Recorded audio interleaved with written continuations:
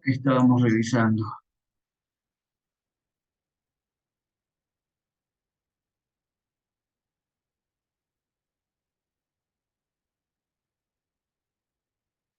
Vamos aquí en tema de banca.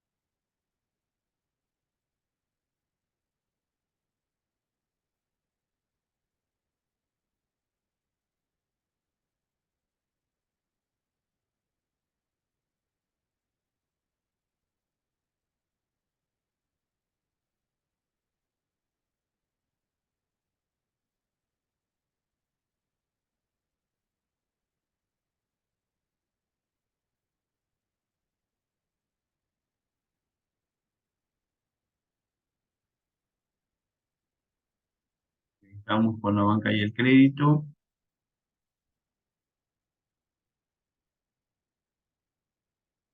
Ya estamos viendo este tema, esta parte de los protobancos centrales, el surgimiento de los primeros bancos centrales que decíamos que aparecían más o menos en el siglo XVIII, donde se podían ver estas instituciones bancarias ya en países, más que nada en países europeos.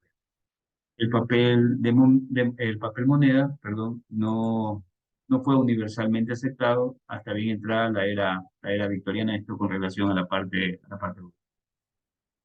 eh, durante muchos siglos, hasta 1971,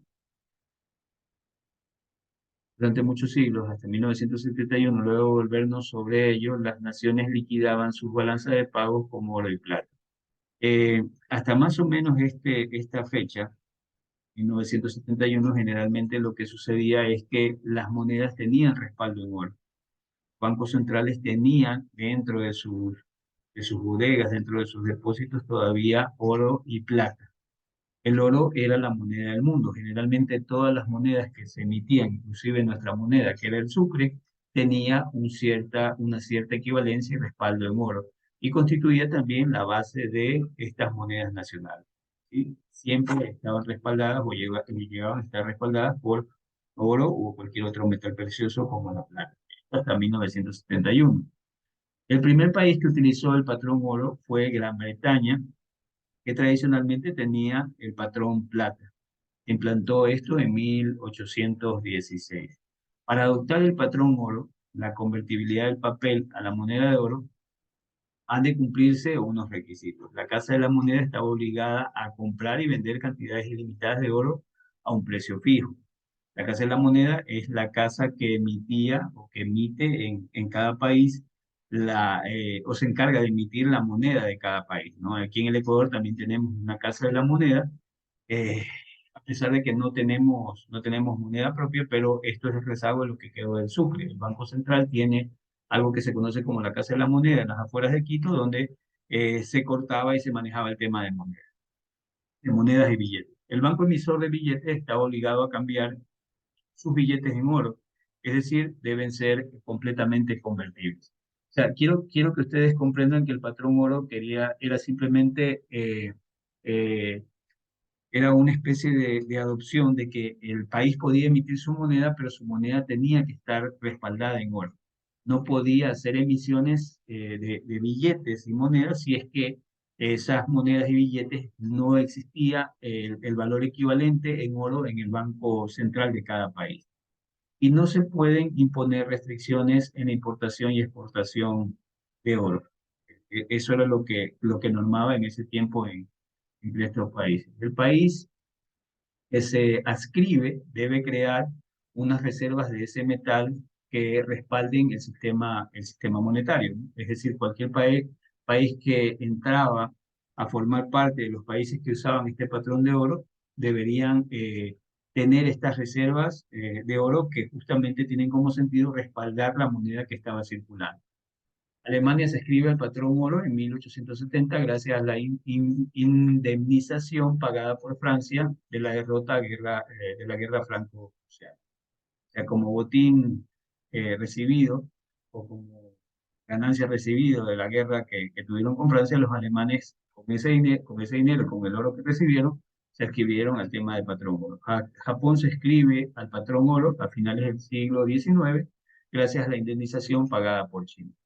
Francia se escribe al patrón oro y plata y crea la Unión Monetaria Latina, a la que se suma Bélgica, Suiza, Italia y luego España y Serbia.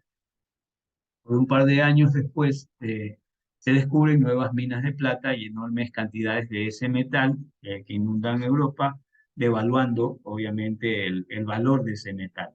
La plata baja de precio respecto al oro y el sistema de patrón plata no se mantiene. Poco a poco todos los países de la Unión Monetaria Latina adoptan el patrón oro. A finales del siglo XIX, todos los países europeos tenían el patrón oro legalmente o por lo menos estaban en el ámbito de influencia del patrón.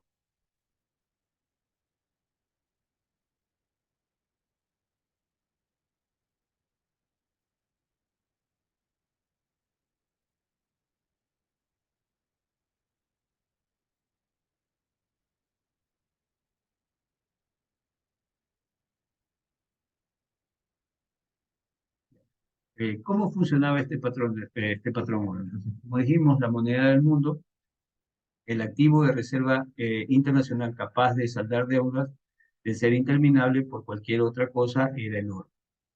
Las naciones adheridas a este patrón oro se habían comprometido a fijar el tipo de cambio de sus respectivas divisas en términos de una determinada cantidad de oro, la cual iba y venía en respuesta de los precios relativos que se tenían entre los países. Aunque el papel moneda se utilizaba en la vida cotidiana como medio de pago, como absoluta movilidad de capitales, con absoluta movilidad de capitales, cualquiera podía canjear sus billetes por oro, salir del país y allá donde fuese dirigirse a un banco, hacer un depósito en metálico y obtener a cambio billetes en moneda local. Era, era, era lo que implicaba esta forma de patrón. Es decir, cualquier billete podía ser convertible en oro o yo podía llevar oro y convertirlo en billete para poder utilizar dentro de la economía. Los países tenían que disponer de oro para lograr excedentes comerciales y de pagos, a fin de incrementar su oferta monetaria y facilitar la expansión económica en general. Y cuando incurrían en déficits comerciales o emprendían, perdón, campañas militares, los bancos centrales restringían la oferta de crédito interior para aumentar los tipos de interés y atraer flujos financieros internacionales. Eh, un corsé autoimpuesto. Un corsé es como una especie de traje, ¿no? Que es un traje femenino que aprieta en la cintura. Eso es un corsé. Eh, Puesto que las reservas de oro de un país eran finitas y solo podían aumentar a través de un superávit en la balanza de pago, el corredor neto o producción interna de oro, tanto el proceso de emisión de moneda respaldada de oro como la pérdida de reservas tenían un límite natural. El patrón oro era una suerte de corsé, una especie de camisa de fuerza autoimpuesto por el liberalismo económico. Es decir, ya los países comenzaban a ver que bajo ciertas situaciones esto era limitante para un país. Así, un descenso en las reservas de un país, consecuencia del exceso de sus importaciones sobre sus exportaciones, ocasionaba una bajada general en los precios como resultado de la contracción monetaria.